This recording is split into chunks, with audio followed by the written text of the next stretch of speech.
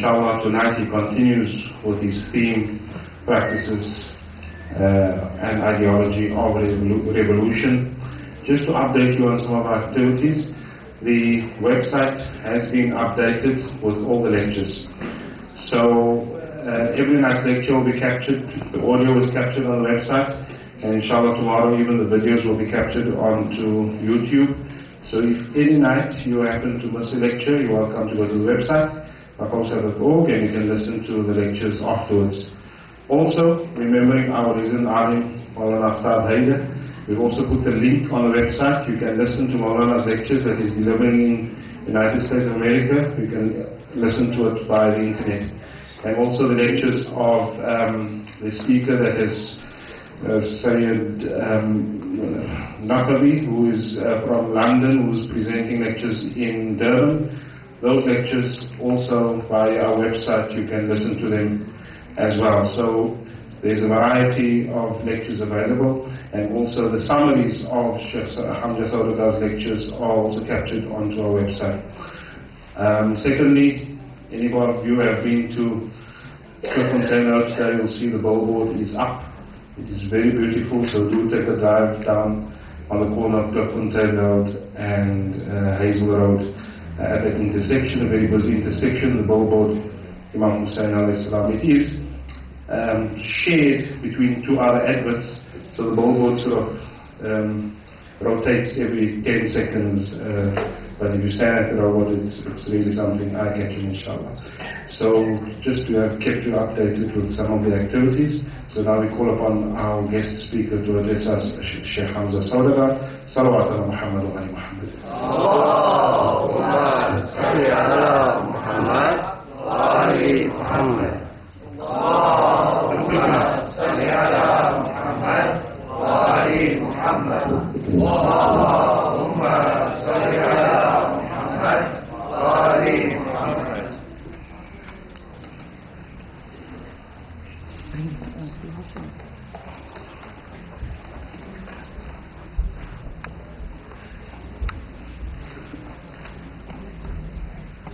أعوذ بالله من الشيطان اللعين الرجيم. بسم الله الرحمن الرحيم.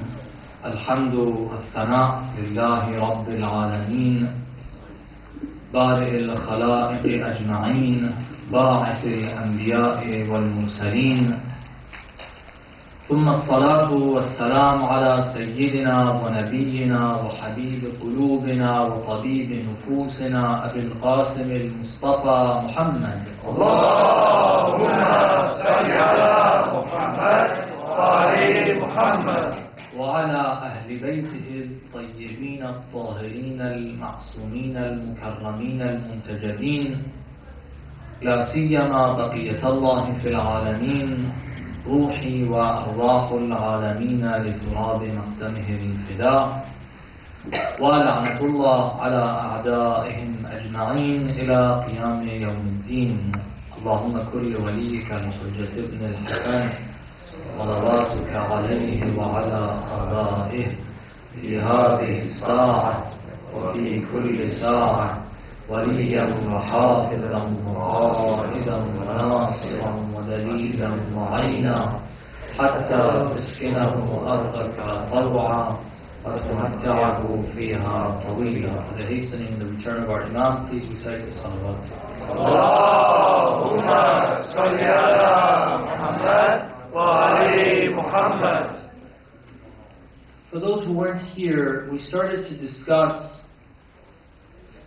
the idea that the movement of our Imam al-Hussein salamullah alayhi was a movement that created motion in societies, within individuals. It creates change within us, and it should, with every tear that drops from our eyes by hearing the Masa'ib, which is the simplest form of connection with the Imam. This creates change within. And it creates change outside in the external world, in societies. And one of the examples of that in the recent times is the example of the Islamic Revolution, the Islamic Republic of Iran, that happened over 30 years ago. which is the ray of the movement of our beloved Imam al-Hussein. And that in turn has led to different movements in the region, and we are seeing today that there are movements throughout the globe, even amongst non-Muslims. This is something that we are witnessing, and we explain that there are two reasons why this should be very important for us. One being, as Muslims, we are not allowed to remain calm and quiet and silent and negligent of the situation of other believers worldwide. We're not allowed to do that. Also, because of the fact that we believe that there's a reality approaching us, and that is the reality of the return of our beloved Imam al-Hujjah Ajjalallah Ta'ala Farajahu al-Sharif. Allahumma salli ala Muhammad wa ali Muhammad. We haven't had time to go over this. In other lectures we've tried to try to talk about that movement of the Imam, becoming of the Imam, what is going to be significantly occurring before the becoming of the Imam, what were the reasons for the occultation of the Imam in the first place, to then conclude and understand when the Imam is going to be arriving, so that when we say we are anticipating his coming and that we are awaiting his arrival, that we truly mean it and we are preparing ourselves for that. But it is in line with that ideology that we are discussing this matter. When we see movements occurring worldwide, when we see that there are people on the streets demanding change, which is very common these days. There's Occupy movements throughout the United States, in Europe, in Canada, in East Asia, in, we can say, pretty much all of the modern world, to a certain extent in each case. We said that we need to figure out for ourselves what are the real problems, what are the real issues that we are demanding for them to change. What is our goal? What is our approach? Why do we see a problem? We gave the example of the illnesses. These are social illnesses, problems that people today, even non-Muslims, are realizing exist within their societies. This is a new development. We didn't have people understanding it, at least to this extent, where they would make a move, they would sacrifice, they would allow themselves to be imprisoned because of these values that they're standing up for. When we are realizing this, when there is this realization, it's like realizing that there's an illness. When you go to the doctor, if the doctor or yourself, if you try to deal with and treat the symptoms, then many times, or at least sometimes, you find that the problem gets worse. If you want to treat the symptoms and not treat the core of the problem, the real cause of the illness, the real virus or the bacteria or whatever other reason it is that it's causing this problem within your body. It's important for us to understand what those fundamental problems are, to set our objectives at that and not be looking for anything less than that. Very important. The reason for that in the social context is the same reason for why we understand that in the movement of our beloved Imam al-Hussein, people also realized that there were problems. This is why they wrote their letters. They say 12,000 letters were written to Imam al-Hussein. They realized their problems. They wanted change as well. They had realized change needs to come, but what were the changes that they were looking for? Through their conduct, at least, we can judge that what they were looking for were things that you didn't need to have Imam al-Hussein for. And that's why, when they started receiving what they wanted, they went and even fought Imam al-Hussein, because their reasons were the dunya and other things that needs to be examined. So it's important for us to understand What exactly is it? What are some of the fundamental issues? And last night what we tried to address was the concept of Tawheed being a major objective and Shirk being the fundamental problem in all societies across the globe. Whatever problem exists, the root, the final root of the cause is related to the concept of Shirk.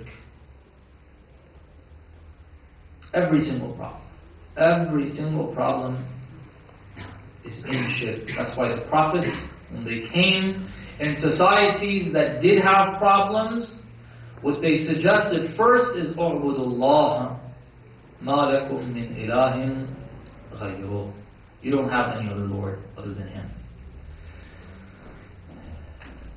And we explained in the end that, and it's very important, I want to make this point as well, that these concepts that we're trying to touch on, we are really just touching these subjects. We are not even scratching the surface. It takes time to try to swallow these concepts that the Holy Quran has provided for us. The concept that Allah subhanahu wa ta'ala is involved in every single motion, every single happening, every single event in this world.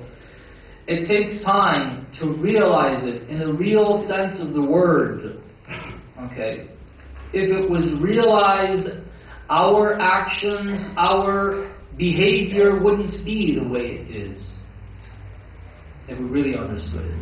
And therefore, we concluded that the practical step that we need to make, if we are trying to help, is to develop and foster this concept of Tawheed, first and foremost in our own hearts. The spiritual development, my dear brothers and sisters. The realization of this fact. How much time have we spent in understanding the concept of Tawheed? We think that we have understood it. We think, oh, obviously we believe in Tawheed, and many times we're looking for other things to discover and to try to find out about our religion. But any time that we set up a course to discuss Tawheed in details, to try to understand and try to get the people to talk, which is the better way to teach the classes of aqa'id and our beliefs, when you get the people to talk, you realize, no, there's a lot of flaws, there's a lot of mistakes, there's a lot of misunderstandings at the conceptual level. Very basic conceptual level of understanding. Forget about what the Urafa say. What the Urafa say, which is true, is that after a life of worship, after so many years of worship, with our understanding of God, which is, in the end, a concept that we have an understanding of, if we reach the level to see the reality of God, which Amir al-Mu'mineen says, I never worshipped a God that I do not see. If we reach the bare minimum level of that, we realize that all this time we have been mushrik, and that's what the verse means. That they didn't believe except that the majority of them were mushrikeen. This form of shirk, there's a long way before these veils of shirk can be removed. A very long way. But it's there. What I'm stressing on is, don't be satisfied with your understanding of Tawheed. Constantly try to get deeper. Try to get a better understanding. Discuss it. Based on that developed understanding, then when you say the adhkar, when you say subhanallah, which I'm sure most of us don't even realize what subhanallah means, the real and true meaning of it.